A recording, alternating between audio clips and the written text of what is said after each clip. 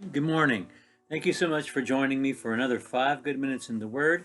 I'm Barry Bryson, and we are still in our series Encountering Jesus, and we are in the middle of our conversation about Peter and his encounters with Jesus, tracing the arc of their relationship together.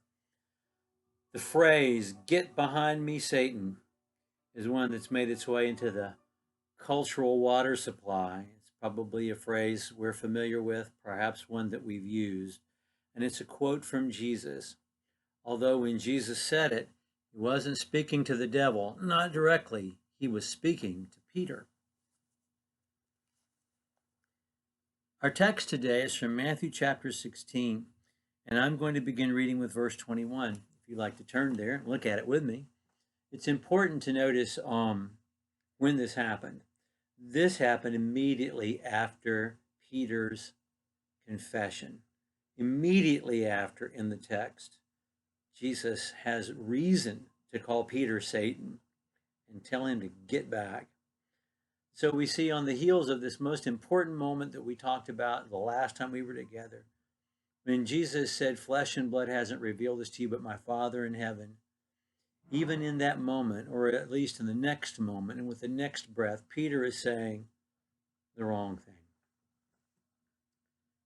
Matthew chapter 16, verse 21, from that time Jesus Christ began to show his disciples that he must go to Jerusalem and suffer many things from the elders and chief priests and scribes, and be killed and be raised up on the third day.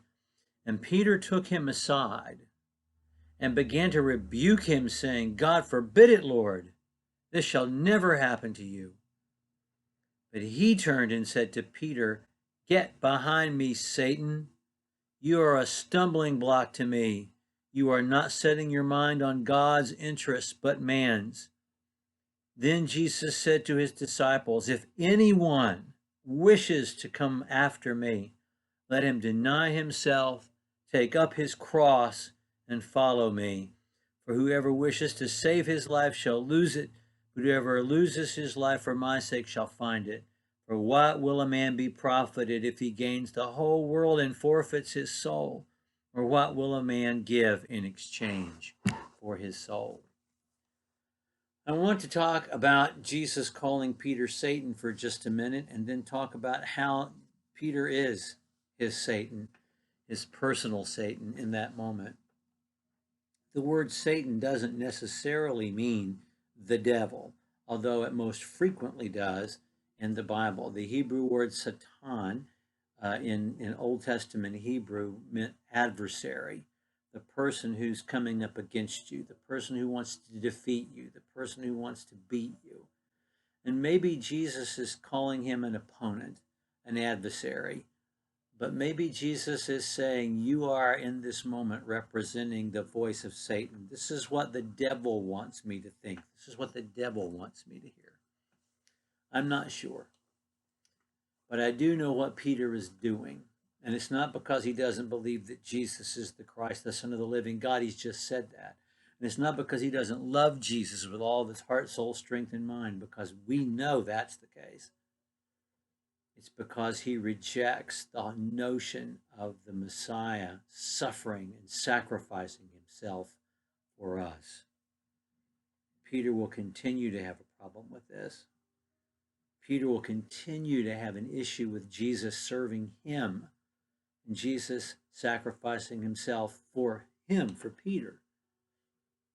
And to think that he would presume to pull Jesus aside away from the other disciples and start rebuking him like he has a right to do that is amazing to me.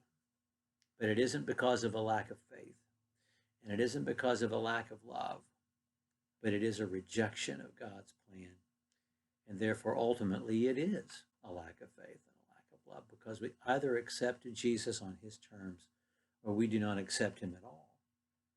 And that prompts Jesus to speak to them all and say to them, listen, if you're going to follow me, you have to prepare to die.